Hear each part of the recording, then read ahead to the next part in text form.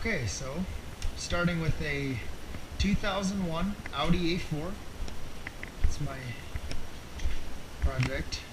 So as of right now, I've got the engine out, and here is the engine. I've added a new crankshaft to increase engine displacement. I've got new rods and pistons to help strengthen the engine. And the new pistons raise the compression ratio. So what I've done is I've fitted a larger exhaust manifold on here to flow a little bit better to compensate for the larger turbocharger. Without it, it would be awfully restrictive, and with the bigger turbocharger, you wouldn't boost until very late in the rev range, and it would make for really bad drivability, which is not efficient. So with this larger one, I'm going to be able to spool the turbo much quicker, which in turn will give it better drivability around town. I'll be able to keep the RPMs lower while still retaining good power. This is the turbocharger I'm going to be using. It is quite a bit bigger than stock. I've got my tissue to keep it clean. I've got an oil line right here, because it needs to be lubricated between the shafts. This is a coolant line right here. It needs to be cooled down. So what happens is I've got an exhaust side and an intake side. So what happens right now is the air comes in here, goes through here, gets compressed. It's going to go through my intercooler, which I'll show you. As it goes through the engine, it pushes out through my exhaust side here, spins this turbine wheel, which in turn is connected to a shaft, and my compressor wheel, which spins this, which compresses all the air, and it shoots the exhaust out of this side right here. So you can kind of see, it's probably dark, but as the turbine side, there's a wastegate right here, which opens it up to regulate boost pressures. This is almost a finished product right now. So I've got the turbo on there. I've got the intake manifold just kind of sitting here. Oops, I screwed that up. Yeah, just kind of sitting there. Anyway, so what's going to happen now is I'm going to have the air coming in through the turbo inlet right here. It's going to come through here, which is going to be compressed, so that's going to be really hot.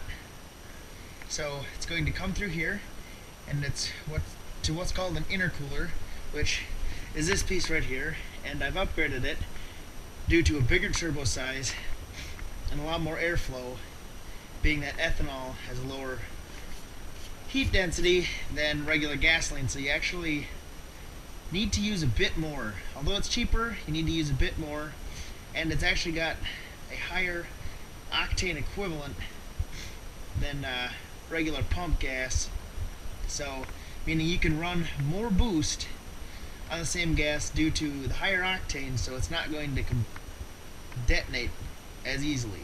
So you can actually get more power out of the ethanol, but with the more boost, you're going to need a bigger intercooler. So that is actually quite large. So that's going to sit on the front right here, and so it's going to come out of this here. This going to come out quite pressurized. Going to come through here. It's going to go through my intake manifold. It's going to rush through these into each one of the 4 cylinders. And actually right here, I've got a new injector, which is going to be used for my ethanol. And these are quite a bit bigger than the stock ones, being you're going to have to use more fuel. And being that you can run more boost, which is more air, you can actually even get bigger ones. So these are quite a bit bigger.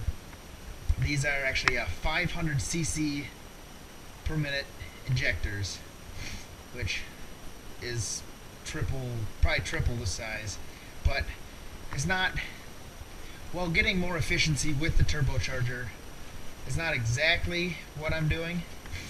It's mainly for a power reason, but being that turbochargers do promote efficiency, that's what I'm using. So these go right in here, like that, and it's going to shoot this in, and as it's coming up to suck in all this air, it's going to fire off the ethanol mix in there, and everything is going to combust, and it's going to shoot out this part of the exhaust, which then turns the turbine wheel, which in turn turns this as it's sucking in more air and compressing it, and it's shooting out this way for the back. And all of that goes into here. So I'm still waiting on the ethanol sensor for my car, which is on back order. So essentially what that's going to do is that's going to attach into a fuel line and actually sense the percentage of ethanol inside any fuel that I put in my tank. So with the ethanol, being that it's got higher octane equivalent, if it's got more ethanol in it, you can actually raise boost pressures and advance ignition timing to give you a little bit better drivability, give you a little more power. However, with that sensor, you can actually also run pump gas. So just because in other states like California, where I moved from, the ethanol is pretty hard to find, so you're going to need a different option. If it's not going to work, the car is going to be pretty useless outside of the Midwest if you can't run pump gas as well.